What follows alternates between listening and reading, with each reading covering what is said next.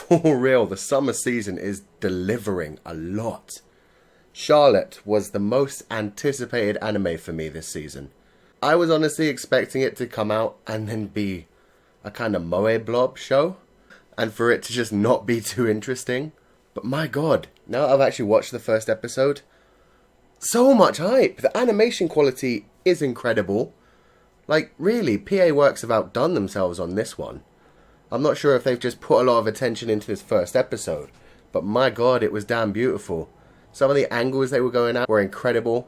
The lighting effects were intense. Oh, just everything was great.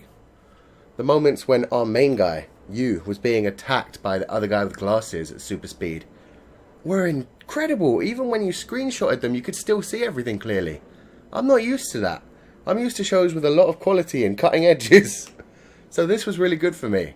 Like I said, I'm not sure if this will just be for the first episode, but I was damn impressed by it.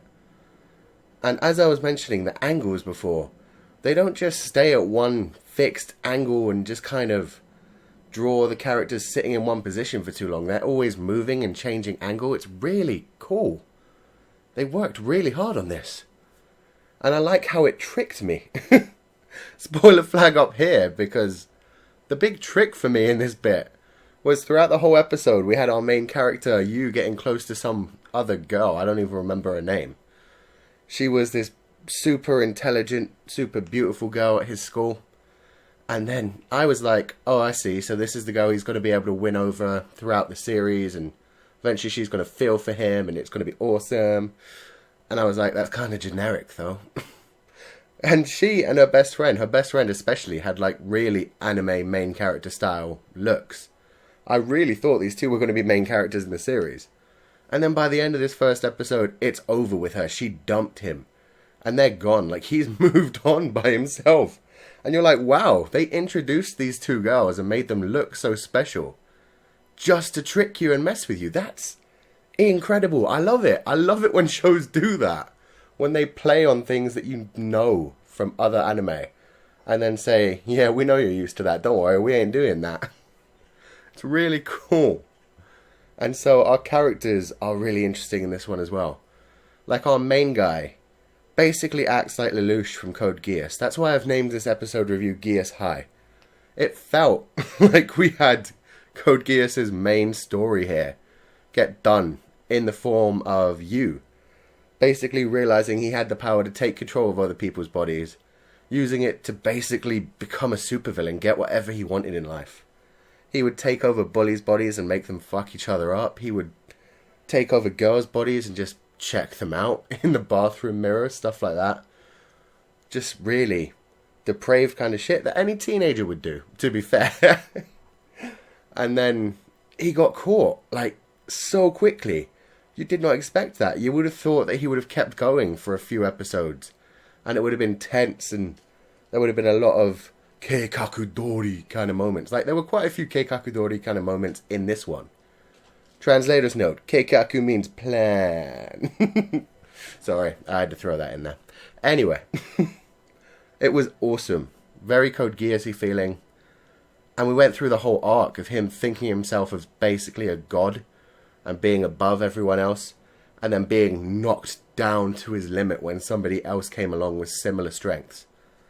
In the form of Now, who can make herself invisible but only to one person at a time. Like they said, don't think of it as invisibility, but I'm still thinking of it as invisibility. Even if it's only to one person at a time, like, that's what it is. It's invisibility. And she's quite insane in the way she acts. Like, I love how she's sitting there playing with the main dude's little sister, turning herself invisible. It's like, no, that ain't something you do. You hide your special powers. You don't just show them off to everyone and anyone. And we had our other guy who's like super fast, but he can't stop himself when he starts moving. And they basically say like his power is like teleportation, but not. He looks like he teleports because he moves so fast, but he's actually moving at that speed and he can't stop himself once he starts going. So they all have kind of drawbacks in their powers. Like our main guy, when he takes over other people's bodies, his body is just laying there wherever he left it. Anything could happen to it when that happens. So really, cool stuff. We're set up for some cool moments. Like, if these guys start battling each other, it would be awesome, but I don't think it's going to go that way. I really don't know what way it's going to go right now. It feels like a bit of a mystery. And I like that. It's not just instantly, oh, this is going to be a harem, oh, this is going to be a romance, oh, this is going to be whatever. This may actually just be a mystery show in case. In fact, because I see at the end, like, the main guy has a dream about him and his sister walking along with what I'm assuming is father. But he says, you know, who is that guy? He doesn't know. So maybe that's going to be the whole thing. They're going to have to find their parents and figure out why they've got these powers or something. I don't know. It's interesting. It's cool. It's deep. I like it. Key delivered. And the reason I was so hyped for this one, it's Key who have done Clannad and a bunch of other feelsy ones like Cannon and Air. And then Little Busters, which really let me down after all of those ones. Because when I go to a Key one, I'm expecting a bunch of feels. And Little Busters didn't deliver that quickly enough for me. I'm sure they probably did by the end of the second season. But within about 6 episodes in, it just felt kind of weird and harem-y, and I didn't like it too much. So this one feels completely different already with the superpowers and whatnot. And it's also done by the king of feels. The guy who directed Angel Beats. And I love Angel Beats so much. Like, I read the manga, I watch all the specials, I watched the anime and realized how flawed it is. But how great is it that it still makes everybody who watches it feel so hard? I mean, that guy has mad skills. I'm expecting this anime to deliver some major, intense feels and drama. And you can kind of already see it coming because, you know, show of hands in here, who is in love with Yuzumoto? My hand is way the fuck up in the air right now. She is the most adorable little moe character I have ever seen in an anime. And I have watched a lot of moe anime. I'm not proud of that fact, but I have.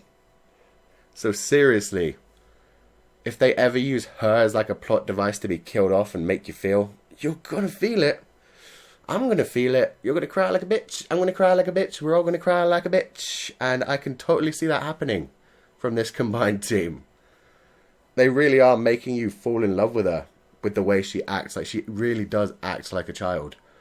Rather than being ridiculous. Actually, she is a bit ridiculously over the top cute with her little pizza sauce omelette rice and all of that. She is a bit too perfect as an Emoto. But still, you gotta love it. You gotta love it. So, 10 out of 10 first episode for me. I am incredibly hooked on this. This one and Gate right now are contending for my anime of the season. And I really shouldn't be saying that within the first episode, but they just pulled me in so well. Like, Gate, I can't see it going too well with the whole harem-y thing coming into it. This one doesn't seem to have that problem. Like, there's a few girls around, but there's also a few guys around, and our main guy doesn't really seem to be that interested in girls as much as it is status. So I see him as being more of the Lelouch type character of trying to get himself untrapped from the situation he's in, rather than trying to get into a bunch of girls' pants. I'm hoping. I am a hopeful person. So yeah, great first episode for me. I can't wait to see what happens in this anime and what direction it goes. Hopefully it'll be a great one.